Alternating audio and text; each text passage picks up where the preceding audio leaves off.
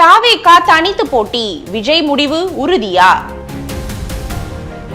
விஜயின் தமிழக வெற்றி கழகம் 234 தொகுதிகளிலும் தனித்து களமிறங்க போவதாக வெளியாகியுள்ள தகவல் தமிழக அரசியலில் பெரும் பரபரப்பை கிளப்பியுள்ளது.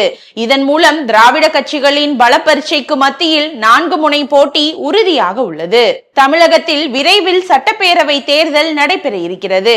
ஆளும் கட்சியான திமுக தலைமையில் காங்கிரஸ், இடதுசாரிகள், விசிக, மதிமுக மற்றும் புதிதாக இணைந்துள்ள தேமுதிக உள்ளிட்ட கட்சிகள் இடம்பெற்றுள்ளன. கடந்த கால கசப்புகளை மறந்து மீண்டும் இணைந்துள்ள அதிமுக, பாஜக மற்றும் பாமக உள்ளிட்ட கட்சிகள் கைகோர்த்திருக்கின்றனர். வழக்கம் போல தேர்தலில் தனித்து நிற்பது என்ற ஒற்றை இலக்குடன் சீமான் களம் காண்கிறார். இந்த சூழலில் தாவேகாவின் தனித்து போட்டி என்ற முடிவு தமிழக அரசியலில் 4 முனை போட்டியை உருவாக்கியுள்ளது. இதற்கிடையில் கடந்த சில நாட்களாக பாஜக மேலிடம், குறிப்பாக மத்திய உள்துறை அமைச்சர் அமித்ஷா விஜயை தேசிய ஜனநாயக கூட்டணி கொண்டு வர தீவிர முயற்சி எடுத்ததாக தகவல்கள் வெளியாகின.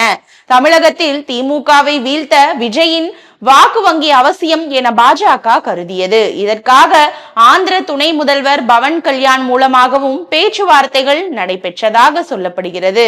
கூட்டணிக்கு தூது வந்தவர்களிடம் விஜய் தரப்பில் வைக்கப்பட்ட நிபந்தனைகள் அரசியல் வட்டாரத்தை அதிர வைத்தன.